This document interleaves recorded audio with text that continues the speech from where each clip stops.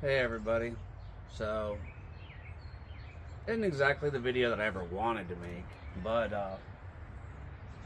this man right here, RC Trail Cats, or as I know, my good friend Gary Moore, is no longer with us.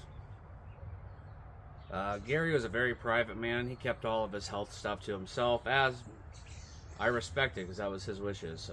He didn't want any celebrations or anything like that. He didn't want any ceremonies. I think he just wanted to be remembered as Gary. So, it'd be October 17th, we lost another one. But he'd be pissed off at me if I just sit here and got all sad on the camera. So what we're gonna do, I'm gonna take the last vehicle that Gary and I ever drove together, our Wraiths, and the last place we ever drove together, which happened to be my crawler course, and I'm gonna just drive this thing for as long as it takes to tell you the story of Gary, my friend. Alright, so this story starts about 5 years ago. I was pretty new to YouTube and checking out different channels and content and whatnot, and I come across RC Trail Cats. That was a pretty cool name. I'm gonna check this guy out. And I start watching Gary's videos. And at the same time, I was trying to get some crawler clubs and stuff going, so I started this Cloud9 Crawlers group, and we got some guys together and we started meeting up and doing crawls. Well, Gary showed up to one of them at Nelson's Ledges, and there was a group of us there. And I started trailing and ended up beside Gary.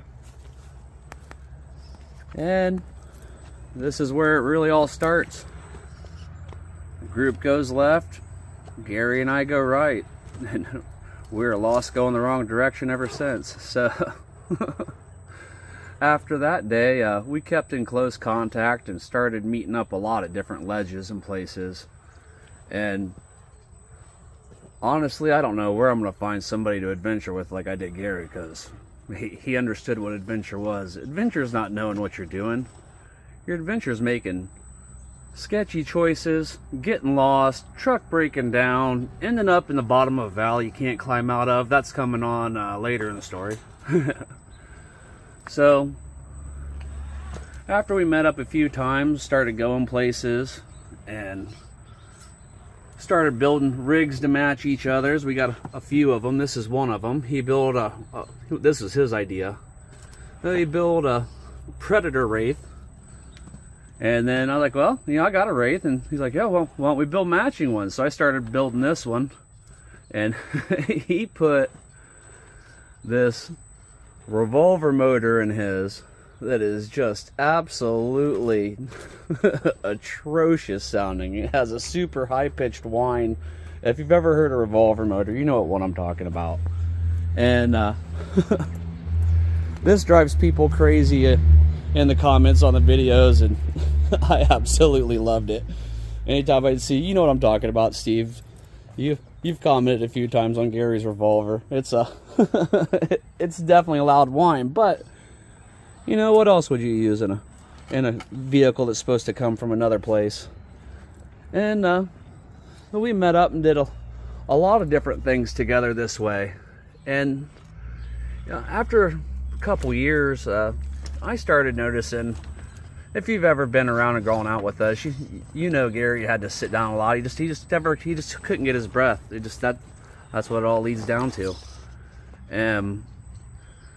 So, you know, the more we'd sit, the more stories he'd tell me. And one of the funniest things this man ever said to me, and I still get a chuckle every time I think about it, we were talking about, you know, hell raising and stuff we'd done.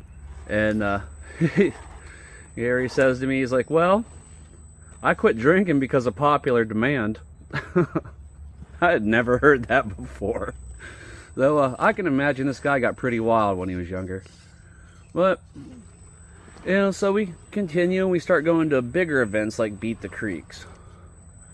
And, well, if you never saw me and Gary at Beat the Creek, that's because we're doing side quests getting lost. We're breaking down on the trails, going the wrong way. And so about, Not this last Beat the Creek, but the one previous. So we went to it, and Gary tells me at the end of it that this might be his last Beat the Creek. And he was right, it was his last Beat the Creek, but I got him to go to Rocktober. Because every time I was like, nah, you got another adventure left in you. And well, up until this last one, he really did.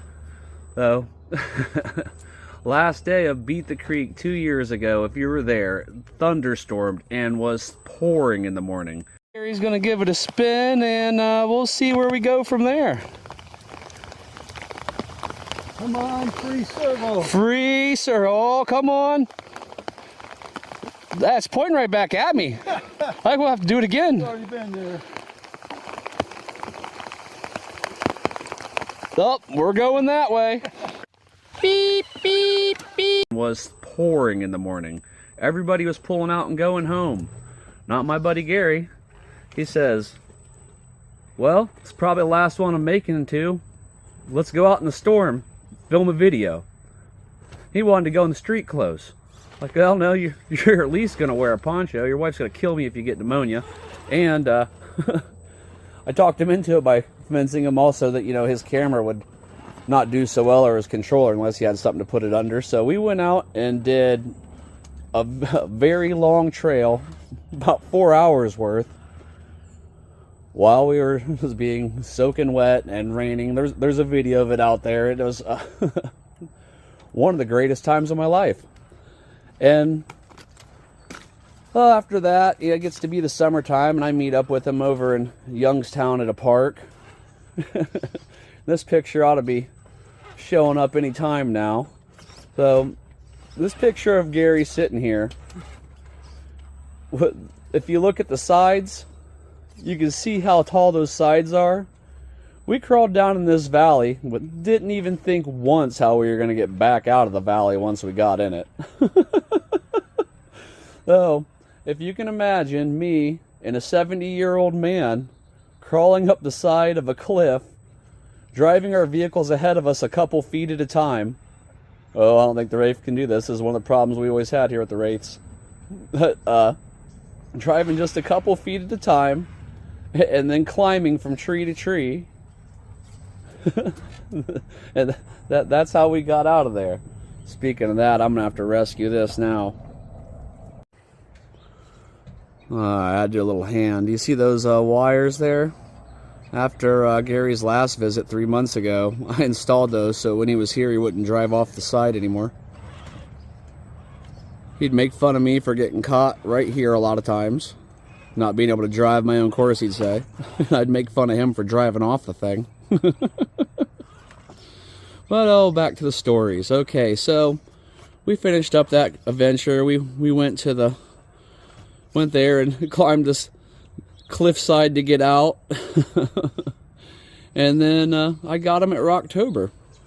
We went to Rocktober and spent that entire time at the campsite eating breakfast in the mornings.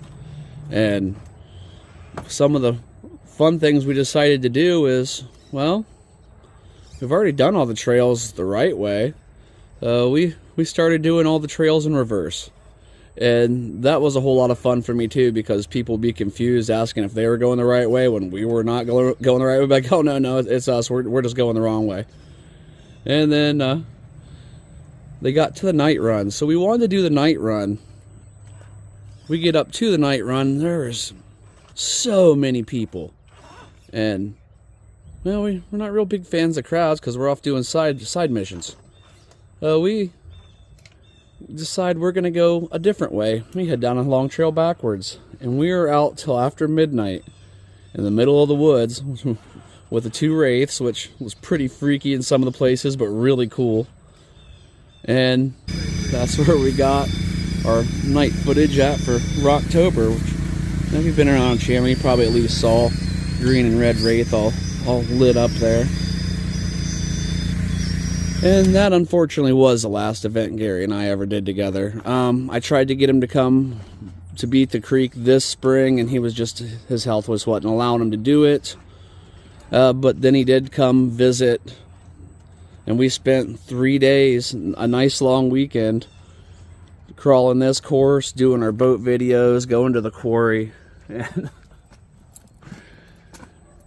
Gary was a say what he thought type of guy, and he was older. One of our friends kept trying to help him at one of our meetups, and I knew it wasn't going to end well. Eventually, Gary snaps around on him because we're going across this little gorge where we had to jump across the cliff, and he keeps trying to help him, and Gary goes, "What, you think I'm an effing child?" And I had to turn my head because I was laughing. I didn't want the guy to see me laughing, but I knew what he was getting into. If the man wants to do it, let the man do it. So that's pretty much, I think, why Gary and I got along. We just went along with each other's bad ideas, and they turned out to be absolutely wonderful bad ideas. And it led to 5 years of some of the most fun I've had in this hobby. Like I said, I'm really at a loss. I don't know where I'm going to find somebody that clicks like Gary clicked with me. We just were able to hang out and sit on the side of a trail and talk about nothing for hours while we repaired Gary's truck that usually broke down every time we went out, or dead batteries, or 1,000 other things. One time I went to visit him, and he wanted to take me crawling in his own home territory, in his backyard, so I figured he knew where he was going. He didn't. All right, everybody. So in order to make our aliens video, we wanted to be authentic, so we decided to just, get completely lost in a Pennsylvania forest just so we could reenact this stuff properly, because how can you hunt aliens if you're not actually lost and scared? So we got it, guys. Yeah, if you're watching this video, we made it out. We got lost for so long, both of our wives were concerned where we were. And by the time we finally found our way back to his house, our batteries were dead, we were carrying the vehicles, and once again, one of the best adventures I had. So everybody,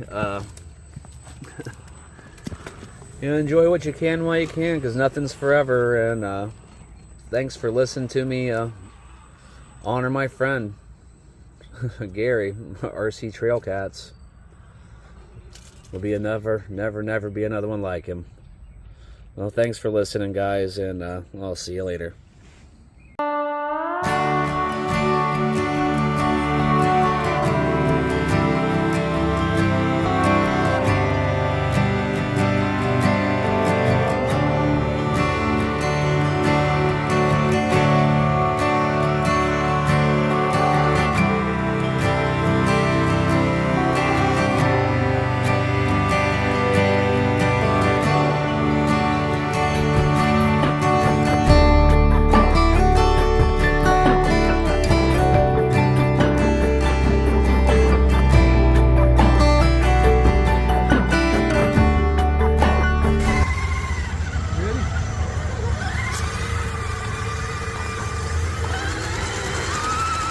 Hey, look at this guy I found on the golf course, just sitting around relaxing. That's hard work.